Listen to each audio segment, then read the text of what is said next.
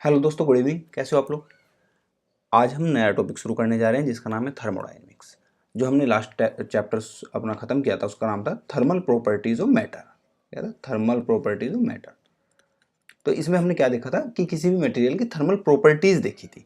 अभी थर्मोडायनेमिक्स में हम उनके बारे में और डीपली पढ़ेंगे कि हीट ट्रांसफ़र, हीट का चेंज वर्क में या फिर वो इंटरनल एनर्जी को इंक्रीज़ करेगी, ये सब हम देखेंगे। थर्मोडायनेमिक्स अपने आप में एक ब्रांच है। लाइक हमने मैकेनिक्स पढ़ा था, जैसे हम इलेक्ट्रोडायनेमिक पढ़ते हैं, अभी 11th में नहीं पढ़ा है तो पढ़ेंगे उसको 12th में। तो ऐसे थर्मोडायनेमिक्स अपने में एक फिजिक्स की ब्रांच है जिसमें हम टेम्परेचर, हीट और इंटरनल एनर्जी इन सब के साथ डील करते हैं। तो इसको थोड़ा अच्छे से समझेंगे क्योंकि ये उतना हमारी डेली लाइफ में उतना एक्सप्लेनेबल नहीं होता है कि हम जैसे मैकेनिक्स को सब लोग डिस्कस करते रहते हैं, इतनी फोर्स लगी इतना हुआ, लेकिन हीट को बोलते तो हैं कि इसका टेम्परेचर इतना है, लेकिन उसके कोज ज़्यादा डिस्कस कोई नहीं करता है। ठीक है, तो चलिए शुरू करते हैं अपना आज का चैप्टर थर्मोडायनेमिक्स। आज के इस वीडियो में जो हम कोशिश करेंगे कवर करने की वो चैप्टर्स हैं इंट्रोडक्शन। पहले हम इसका इंट्रोडक्शन देखें। थर्मल इक्विलिब्रियम, इस वर्ड को जानेंगे, इसका क्या मतलब है थर्मल इक्विलिब्रियम। ठीक है, जीरोथ लॉ ऑफ थर्मोडायनेमिक्स, ये कुछ लॉज होंगे थर्मोडायनेमिक्स के, जैसे जीरोथ लॉ, फर्स्ट लॉ, इन दोनों को देखेंगे। Heat, internal energy and work, इन तीनों में डिफरेंस देखेंगे। अच्छा, इनमें डिफरेंस हम क्यों पढ़ रहे हैं? क्योंकि तीनों की सेम यूनिट है, जूल या फिर कैलोरी, कुछ भी कहें। तो तीनों में डिफरेंस क्या है, और लास्ट स्पेसिफिक हीट कैपेसिटी देखेंगे। तो चलिए शुरू करते हैं अपना इंट्रोडक्शन से। Basically thermodynamics is the branch of physics which deal with the concept of heat and temperature and their interconversion. हम बेसिकली इसमें हीट एंड टेम्परेचर के बारे में और उनके इंटर कन्वर्जन के बारे में पढ़ेंगे। दूसरा जो हम इसमें पढ़ते हैं थर्मोडायनेमिक्स में, वो कुछ हमारी मैक्रोस्कोपिक क्वांटिटीज़ होती हैं। कौन सी, क्या नाम दिया गया है इसको? Macroscopic quantities. मैक्रोस्कोपिक क्वांटिटीज़ ये कौन कौन सी होती है? अच्छा, मैक्रोस्कोपिक क्वांटिटी, इस वर्ड से मैक्रो से ही हमें पता लग रहा है, जो मतलब एक वर्ड होता है माइक्रो। माइक्रोस्कोपिक वर्ड से समझ रहे हो, जिसको हम नॉर्मली ना जान पाएँ, ना देख पाएँ। ठीक, जिनके लिए बड़े बड़े एपरेटस चाहिए मेज़र करने के लिए। मैक्रोस्कोपिक जिनको नॉर्मली हम जान लें। तो जो नॉर्मली जानने की क्वांटिटीज़ होती हैं मैक्रोस्कोपिक, जो थर्मोडायनेमिक्स में जिनके साथ हम डील करेंगे, वो कौन कौन सी होती हैं? प्रेशर, प्रेशर को हम नॉर्मली मेज़र कर सकते हैं।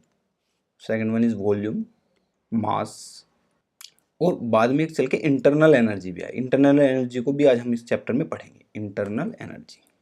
अच्छा, इसको मैक्रोस्कोपिक क्वांटिटी या फिर मैक्रोस्कोपिक वेरिएबल्स भी बोलते हैं, क्योंकि ये वेरी करते हैं कंडीशन के हिसाब से। Macroscopic variables. तो बेसिकली इस चैप्टर में हम जानेंगे कि किसी भी सब्सटेंस या फिर कहीं एयर मान लीजिए या गैस मान लीजिए, कि किसी भी गैस के ये सब क्वांटिटी कैसे अल्टर होंगे, चेंज होंगे, किस तरह वेरी करेंगे, किस चीज़ पे डिपेंड करेंगे, किस रेट से वेरी करेंगे, कौन कौन सी चीज़ें। जो भी हमने लिखा, प्रेशर, वॉल्यूम, इवन मास, या फिर कहीं इंटरनल एनर्जी। ठीक है, इंटरनल एनर्जी। तो ये सब आज के इस चैप्टर में हम देखेंगे। ठीक है, तो अब आगे चलते हैं अपने अगले टॉपिक पे, थर्मल इक्विलिब्रियम। यहाँ से चैप्टर स्टार्ट होता है। अच्छा, हमने मैकेनिक्स में इक्विलिब्रियम पढ़ा था। ठीक है, इक्विलिब्रियम क्या था? सपोज कीजिए ये एक ऑब्जेक्ट है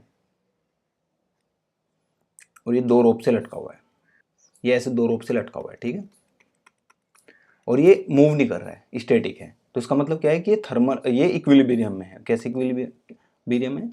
मतलब कि इस पे resultant of all forces are zero है। और फोर्सेज कौन कौन सी होंगी?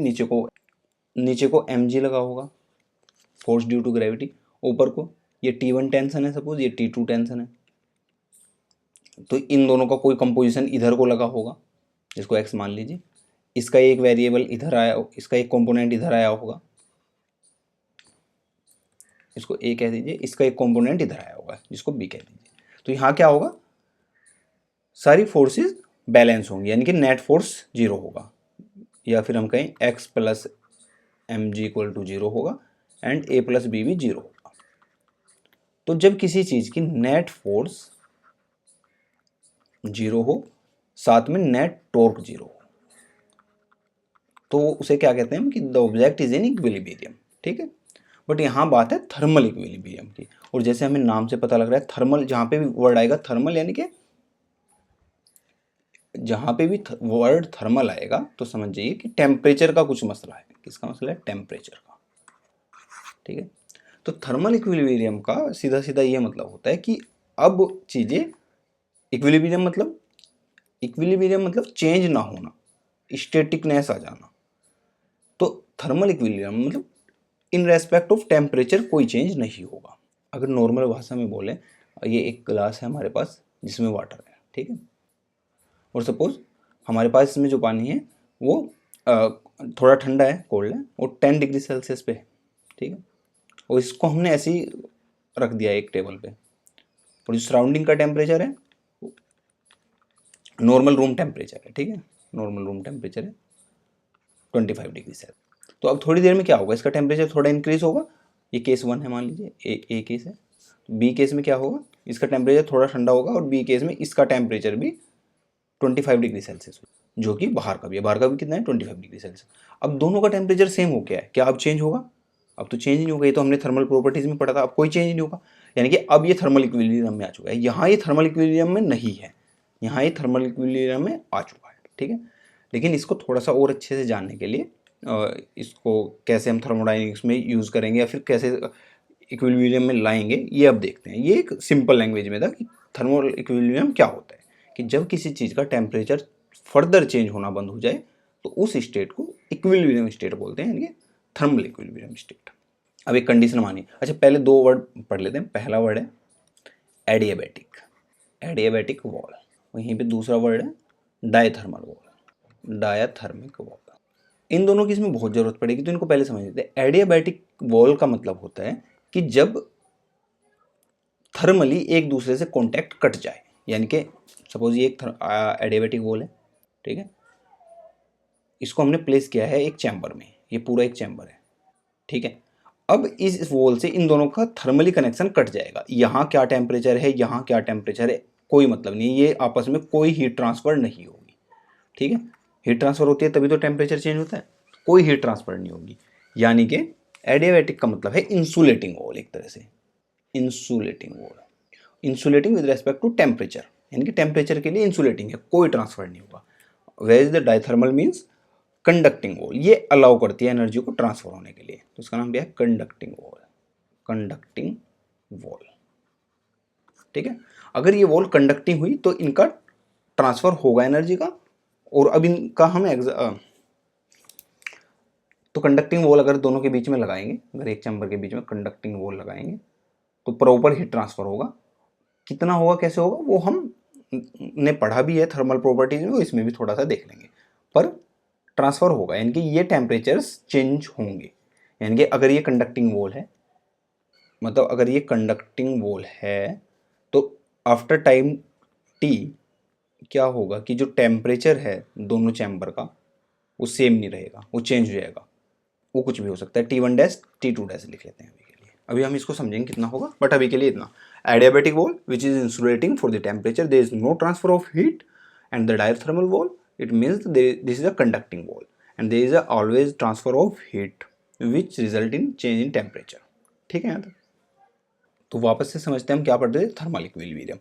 अब वापस से समझते हैं कि हमारे पास एक चैम्बर है, ठीक है, और उसमें अलग अलग गैसेस भरी हुई हैं, और उसको हमने सेपरेट किया है किससे?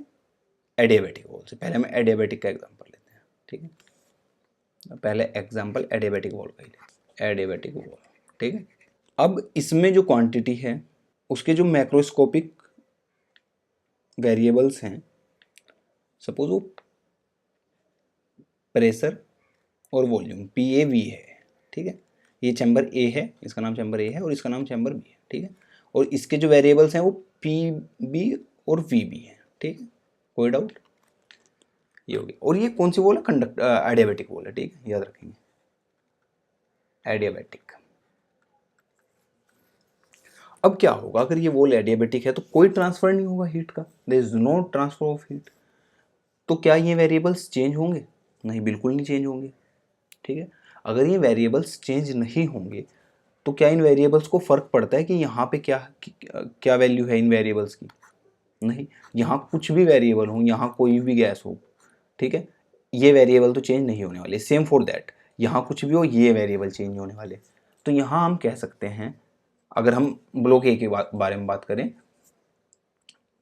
कि गैस इन ब्लॉक ए, या फिर गैस ए बोल लीजिए, gas A is in thermal equilibrium, thermal equilibrium for all possible values of for all possible values of PBVB of gas. यानी कि यहाँ फर्क ही नहीं पड़ता है कि गैस बी की पीबी और वीबी की क्या वैल्यू है, ये हमेशा थर्मल इक्विलिब्रियम में ही रहेगा। क्यों रहेगा? क्योंकि थर्मल इक्विलिब्रियम का एक छोटा सा कंसेप्ट था कि क्वांटिटीज या फिर कहें वेरिएबल्स चेंज नहीं होंगे, और यहाँ पे नहीं हो रहे हैं क्योंकि एडियाबेटिक वॉल है, तो यानी कि ये थर्मल इक्विलिब्रियम में है। ठीक है, अच्छा, अब सेम केस लेते हैं, और ये वॉल इस बार डायथर्मिक है। क्या है? डायथर्मिक। तो ये क्या हो गया? पॉइंट भी हो गया डायथर्मिक वॉल, डायथर्मिक वॉल। इस बार फिर से variable P A V A और पी बी वी बी। अब क्या होगा? अगर हीट ट्रांसफ़र पॉसिबल है इसमें, तो हीट ट्रांसफ़र तब तक होगी जब तक इन दोनों के वेरिएबल सेम नहीं हो जाते हैं। ठीक है, या फिर ये कहें हम कि एक स्टेज ऐसी आएगी जिसके बाद ये वेरिएबल चेंज होने बंद हो जाएंगे। शुरू में ही चेंज होंगे, अब मान लेते हैं हम वो स्टेज है। अब डायथर्मिक का मतलब क्या है कि एक टाइम आएगा जब ये वेरिएबल चेंज होने बंद हो जाएंगे। शुरू में तो ये चेंज होंगे,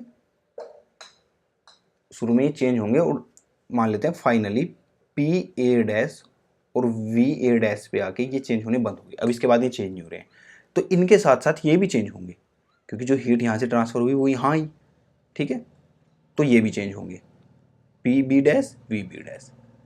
तो अब ये फर्दर चेंज नहीं हो रहे हैं। तो अब अगर हम गैस ए के बारे में कुछ बोलें, ये गैस ए है, ये गैस बी है, तो क्या बोलेंगे कि गैस ए और ब्रैकेट में लिख दें P A dash V A dash, यानी कि इन वेरिएबल की कंडीशन में is in thermal equilibrium with gas B for values for the P B dash V B dash value. ठीक है, इस वैल्यू के लिए ही थर्मल इक्विलिब्रियम में रहेंगे। ठीक है, यानी कि जब P A B V A की ये वैल्यू होगी तो पी बी वी बी की ये वैल्यू होगी, तभी ये थर्मल इक्विलिब्रियम में रहेंगे। ठीक है, तो सिंपली जो हमने पहले डिस्कस किया कि टेम्परेचर चेंज होना बंद हो जाता है, वो कंसेप्ट इधर से निकाला कि अब अगर ऐसा हो रहा है कि एक टाइम के बाद P A V A change होने बंद हो जा रहे हैं, तो ऐसा नहीं है ये दोनों के बराबर हो गए, लेकिन चेंज नहीं हो रहे हैं। ठीक है, तो कुछ चीज़ तो होगी ना जो बराबर होगी है कि अब चेंज हो रही है। जैसे वाटर पाइप में हम पढ़ते थे, जैसे हम वाटर टैंक में पढ़ते थे कि अगर 2 गिलास हैं और इसमें पानी ज़्यादा है, इसमें कम है। ठीक है, और इसको हमने कनेक्ट कर दिया एक पाइप से। ठीक है, कैसे पाइप मान लीजिए, ऐसे पाइप मान लीजिए, इस पाइप से कनेक्ट कर दिया, तो ये कब तक वाटर फ्लो होगा? जब तक दोनों का टेम्परेचर वाटर लेवल बराबर नहीं हो जाता। मान लीजिए वाटर लेवल दोनों का यहाँ तक ही होगा, तो जब यहाँ तक बराबर हो जाएगा तो दोनों में वाटर फ्लो होना बंद हो जाएगा। ठीक है, तो ऐसी कोई तो क्वांटिटी होगी जो इनमें बराबर हो जाएगी, तब इनका फ्लो बंद हो जाएगा। तो वही क्वांटिटी क्या है? टेम्परेचर। कि जिस टेम्परेचर के लिए, जब ये टेम्परेचर दोनों का बराबर हो जाएगा, जो भी वैल्यू होंगी वो चेंज होनी बंद हो जाएंगी फिर। ठीक है, और उन्हीं वैल्यू के लिए थर्मल इक्विलिब्रियम में होगा। ठीक है, देखते हैं अपना नेक्स्ट टॉपिक क्या है, जीरोथ लॉ ऑफ थर्मोडाइनमिक्स। ठीक है, अच्छा पहले इसका नाम को देख लेते हैं थोड़ा, जीरोथ लॉ क्यों नाम है इसका। अच्छा, इससे अलग फर्स्ट लॉ भी हम पढ़ेंगे अभी आगे जाके। फर्स्ट लॉ ऑफ थर्मोडाइनमिक्स भी है और सेकंड लॉ भी है। तो इस नाम के पीछे बस एक ही कारण है कि ये फर्स्ट लॉ जो है बहुत बाद में दिया गया है, 1931 में आया। और सॉरी, इस नाम के पीछे बस एक ही रीज़न है कि ये जो जीरोथ लॉ है ये बहुत बाद में आया, 1931 में आया, और फर्स्ट और सेकंड लॉ पहले ही आ चुके थे। तो ये बहुत बाद में आया, तो इसको नेमिंग करने के लिए इन्होंने जीरोथ लॉ नाम दिया। ठीक है, और इसके पीछे कोई बात नहीं है। देखते हैं जीरोथ लॉ को एक डायग्राम से समझ लेते हैं एक बार, सिंपली जल्दी से समझ में आ जाएगा। जीरोथ लॉ को ऐसे समझते हैं कि हमारे पास एक गैस है ए, ठीक है, एक है बी और एक है सी। ठीक है, तो ए और बी को हमने सेपरेट कर दिया है, किससे? एडियाबैटिक वॉल से। एडियाबैटिक वॉल से इसको सेपरेट कर दिया है। यानी कि इसका क्या मतलब है कि यहाँ पे कोई ट्रांसफर ऑफ हीट नहीं होगा, नो हीट ट्रांसफर। ठीक है, और ए और बी को कंबाइंडली सी के साथ रखा हमने, और जिनके बीच में हमने लगाई है डायाथर्मिक वॉल। क्या लगाई है? Diathermic wall. इसको ध्यान से देखेंगे, डायाथर्मिक वो लगाइए, ठीक है। यानी कि इनके बीच में हीट ट्रांसफ़र हो सकता है, यानी कि ऐसे हीट ट्रांसफ़र हो सकता है, ठीक है, या फिर वाइस वर्सा, ठीक है। तो जो अभी हमने देखा था थर्मल इक्विलिब्रियम, वो क्या कहता है कि एक टाइम के बाद क्या होगा कि ए सी के साथ थर्मल इक्विलिब्रियम में आ जाएगा, क्योंकि डायथर्मिक कोल है। ए सी के साथ किस में आ जाएगा?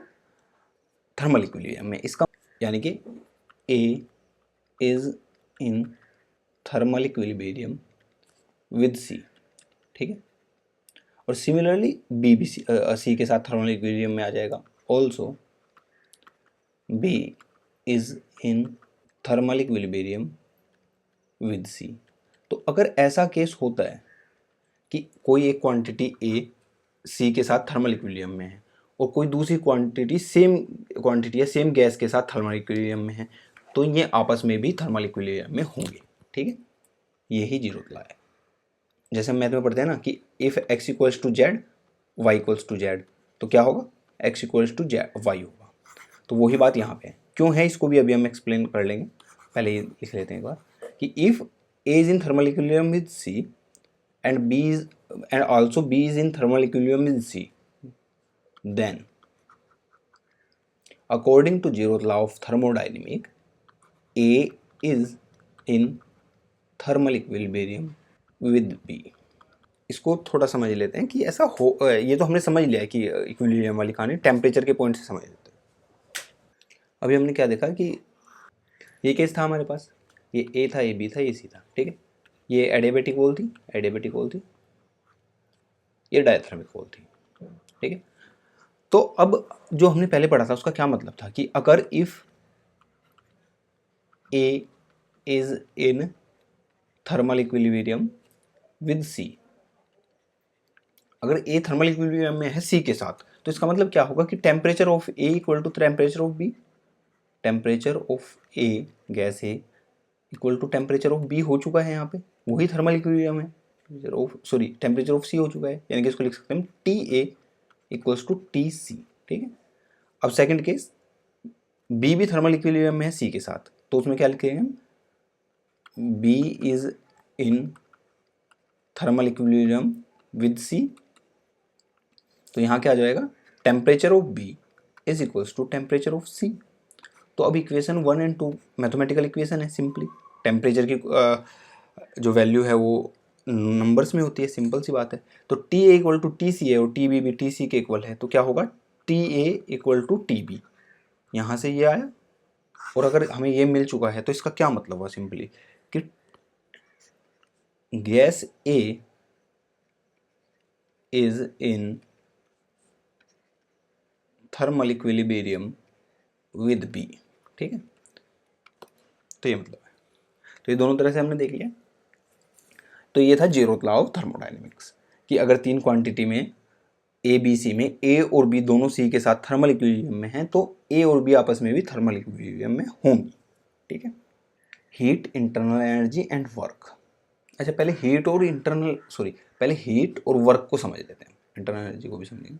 हीट, वर्क, क्या डिफरेंस है, क्या सेम है, ये सब देखते हैं अभी। दोनों mode of transfer of energy हैं, ठीक है, इसमें कोई डाउट नहीं है। मोड ऑफ एनर्जी ट्रांसफर ये भी सेम है, ठीक है। दोनों एनर्जी ट्रांसफर करते हैं और कुछ नहीं करते हैं, ठीक है। वर्क में भी या तो एनर्जी दी जाएगी या ली जाएगी, या तो वर्क किया जाएगा या कराया जाएगा। हीट में भी या हीट दी जाएगी या हीट ली जाएगी, ठीक है। दोनों एनर्जी ट्रांसफर करते हैं, ठीक है। फिर फर्क क्या है? हीट में जब एनर्जी ट्रांसफर होती है तो there is always change in temperature, ठीक है। हीट जब भी दी जाएगी या ली जाएगी टेम्परेचर चेंज होगा, ठीक है, इसमें कोई डाउट नहीं। वर्क में टेम्परेचर चेंज से काम नहीं कराया जाता है, ठीक है। जैसे सपोज कीजिए कि अभी हम थर्मोडायनेमिक्स पढ़ रहे हैं, तो एग्जांपल भी वैसे ही लेंगे कि ये एक पिस्टन सिस्टम है, इसमें एक पिस्टन लगा हुआ है ऐसे, ठीक है, और इसको नीचे को प्रेस किया जा रहा है, ठीक है। अब क्या इस पिस्टन का टेम्परेचर चेंज होगा? नहीं, ये फोर्स लगाई जा रही है, फोर्स से वर्क किया जा रहा है, ठीक है। हाँ, ऑब्वियस सी बात है, इसका टेम्परेचर चेंज होगा जिस पे काम कर रहे हैं, बट वर्क से जब हीट ट्रांसफ़र कर रहा है, ये ट्रांसफ़र कर रहा है, तो ये टेम्परेचर चेंज की वजह से हीट ट्रांसफ़र नहीं कर रहा है, ये मैकेनिकल फोर्स या फिर कोई भी और वे हो सकता है, लेकिन ट्रांसफ़र रीज़न जो है मोड ऑफ एनर्जी ट्रांसफ़र का वो टेम्परेचर चेंज नहीं है। ठीक है, तो क्या लिखें, no temperature change, no change in temperature. Third one, जब हीट दी जाती है तो सपोज ये एक बेकर है, उसमें लिक्विड है, इसको गर्म किया गया, हीट दी गई, ठीक है, तो इसके जो मॉलिक्यूल हैं सारे रैंडम डायरेक्शन में भागेंगे ऐसे, ठीक है, सारे रैंडम डायरेक्शन में भागेंगे। तो इसमें क्या होता है, ये रैंडम मोशन प्रोड्यूस करता है, this produce random motion, random motion. और हीट में वर्क में क्या होता है, जब इसको नीचे को प्रेस करें तो सारे मॉलिक्यूल भी मेजोरिटी नीचे को ही जाएंगी ना, यानी कि to the direction of piston जाएंगी। तो ये क्या करता है, ऑर्गेनाइज्ड मोशन प्रोड्यूस करता है, produce organised motion, produce organised motion. तो इतना हो, तो ये तो कुछ पॉइंट थे, वैसे समझ लेते हैं कि हीट ट्रांसफर, तो ये नॉर्मली 2-3 पॉइंट थे हीट और वर्क को समझने के लिए, क्योंकि थोड़ी ना कंफ्यूजिंग टर्म है, दोनों की सेम यूनिट है और कहीं कहीं पे सेम तरह से बिहेव करते हैं थर्मोडायनेमिक्स में। ठीक है, कहीं कहीं पे क्या होता है कि हमें ज़रूरत भी नहीं पड़ती है इनका डिफरेंस जानने की, बस हमारा काम हो जाता है वैल्यूज़ से ही, तो हम इनको इग्नोर कर देते हैं, इनका एक जो डिफरेंस है, बेसिक डिफरेंस है, उसको इग्नोर कर देते हैं। ठीक है, तो ये ध्यान रखेंगे हमेशा कि हीट और वर्क दोनों मोड ऑफ एनर्जी ट्रांसफ़र है, एक टेम्परेचर चेंज की वजह से एनर्जी ट्रांसफ़र करता है, दूसरा उसकी वजह से नहीं करता है, एक ऑर्गेनाइज्ड मोशन प्रोड्यूस करता है और दूसरा रैंडम मोशन प्रोड्यूस करता है। ठीक है, अब आ जाते हैं इंटरनल एनर्जी। इंटरनल एनर्जी, अगर डेफिनेशन की बात करें तो इंटरनल एनर्जी, अगर हम डेफिनेशन की बात करें तो internal energy is the sum of kinetic energies, kinetic energies and potential energies of all the molecules. ठीक है, ऑफ ऑल द मॉलिक्यूल्स, तो जितने भी मॉलिक्यूल्स हैं उन सब की kinetic energy and potential energy के सम को इंटरनल एनर्जी बोलते हैं। ठीक है, दूसरी बात क्या हुई, इंटरनल एनर्जी एक मैक्रोस्कोपिक वेरिएबल है। ठीक, दूसरी बात क्या हुई, ये क्या है, मैक्रोस्कोपिक वेरिएबल, जैसे हमने प्रेशर, वॉल्यूम और मास पढ़े थे, मैक्रोस्कोपिक वेरिएबल। अच्छा, एक जो इम्पोर्टेंट चीज़ है वो क्या है इसके बारे में, कि इंटरनल एनर्जी किसी भी सिस्टम की it depends on its state, not the way how it achieved this state।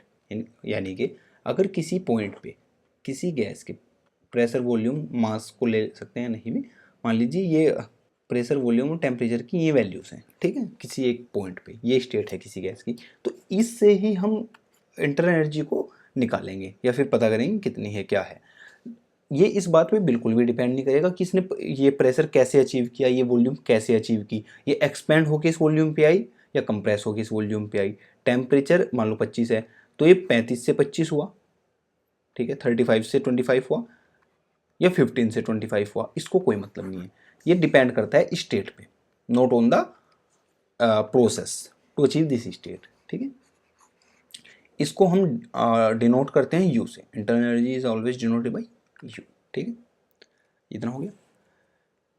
तो ये हमने देख लिया कि depends on the, it is described by the specific value of pressure, volume and temperature. ठीक है, ये भी बात को याद रखेंगे।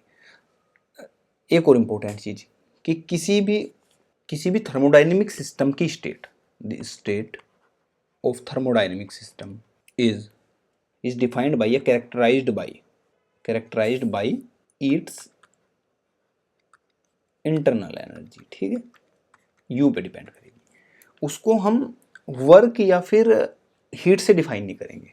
मतलब ऐसा नहीं होगा ना कि हम कहें कि the given gas has a certain amount of work या फिर the given gas has certain amount of heat, हम ऐसे ही बोलेंगे ना, the given gas at a given time has certain amount of internal energy, so the thermodynamic system, so the state of any thermodynamic system is clearly characterized by its internal energy। ठीक है, तो ये हुआ internal energy.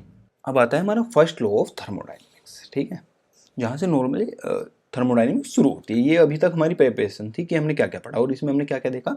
एक तो thermal equilibrium, उसके बाद zeroth law important था कि अगर ए सी के साथ थर्मल इक्विलिब्रियम में है और बी सी के साथ थर्मल इक्विलिब्रियम में है तो ए बी के साथ थर्मल इक्विलिब्रियम में होगी। ये हमारा आउटकम आया था।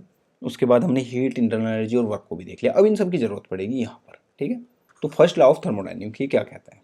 अच्छा, अगर हम इंटरनल एनर्जी की बात करें, उसी से देख लेंगे हम कैसे अचीव होगा। अगर हम इंटरनल एनर्जी की बात करें किसी भी सिस्टम की, जैसे ये एक सिस्टम है, ठीक है, इसमें एक गैस है, ठीक है,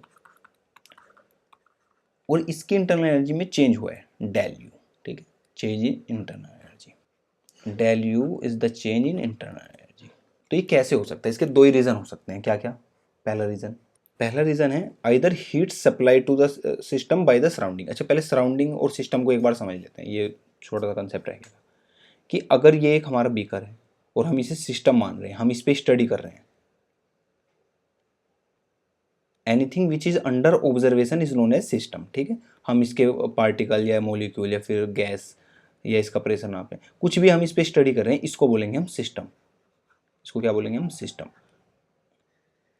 और ये कहीं पे भी रखा है, एनीथिंग अदर देन सिस्टम, इस चीज को छोड़ के अभी के लिए जो भी चीज़ है, इसकी सराउंडिंग, इसका बेस, ये कहाँ पे रखा है, इसके नीचे का जो भी पार्ट है, वो एवरीथिंग कम्स अंडर सराउंडिंग्स, ठीक है, सराउंडिंग्स। तो the object which is under observation is known as system and everything other than the system is known as surroundings, ठीक है। तो ये देख लेते हैं कि इंटरनल एनर्जी कैसे चेंज हो सकती है। पहली बात कि इसको हीट सप्लाई की गई हो, सप्लाइड हीट सप्लाई की गई हो, ठीक है, हीट सप्लाई। अच्छा, हीट सप्लाई होगी कहाँ से? सिस्टम से, सराउंडिंग से होगी।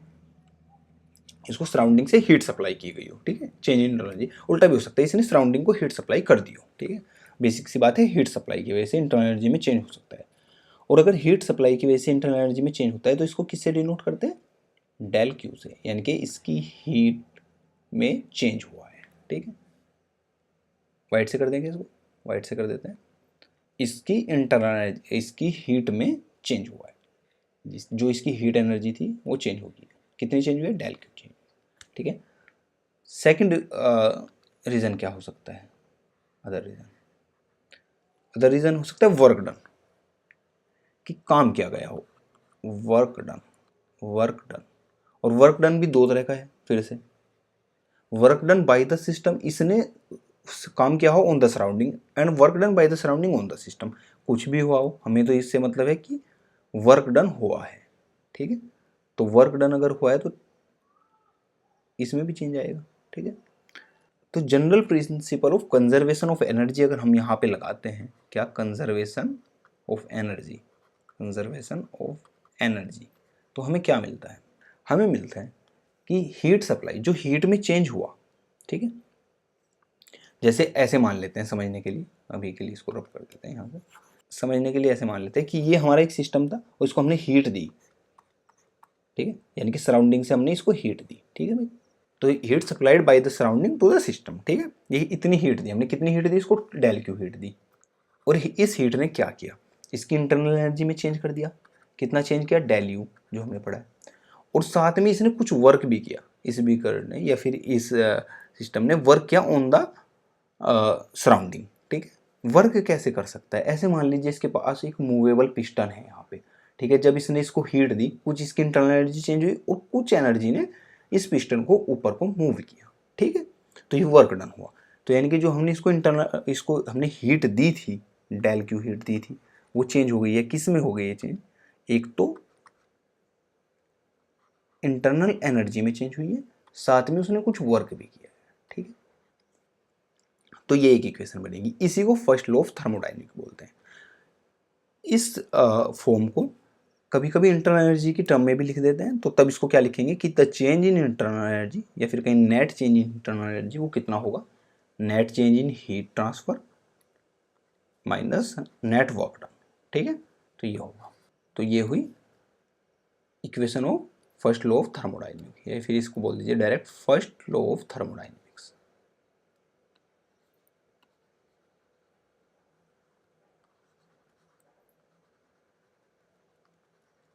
अच्छा, इसमें वर्क के जो साइन होते हैं कि ऑन द सिस्टम निगेटिव होगा पॉजिटिव होगा, उसको हम अच्छे से एक बार देखेंगे। अभी तक उसकी ज़रूरत नहीं है, तो अभी तक उसको हमने डिस्कस नहीं किया है, क्योंकि वो कन्फ्यूज़न कर देता है फिर इन सब में कि माइनस मिले प्लस मिले। अभी बस इतना है कि हमने इसको क्यू हीट दी थी, इसने इंटरनल एनर्जी में चेंज हुआ, साथ में कुछ काम किया, तो वो दोनों इक्वल होंगे क्यू हीट के, क्योंकि और कहाँ से करेगा, एनर्जी कहाँ से लाएगा, कि एक तो उसने आधा यूज़ कर लिया या कुछ पोर्शन यूज़ कर लिया इसको इंक्रीज़ करने में, और कुछ यूज़ कर लिया वर्क करने में। ठीक है,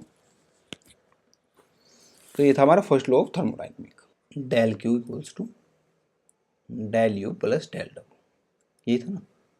अच्छा, इस इक्वेशन को थोड़ा सा और मॉडिफाई करते हुए अगर हम बात करें, वर्क को प्रेशर और वॉल्यूम के टर्म में लिखें, तो अगर हमने जो वर्क किया, हम मानते हैं कि एट कांस्टेंट प्रेशर,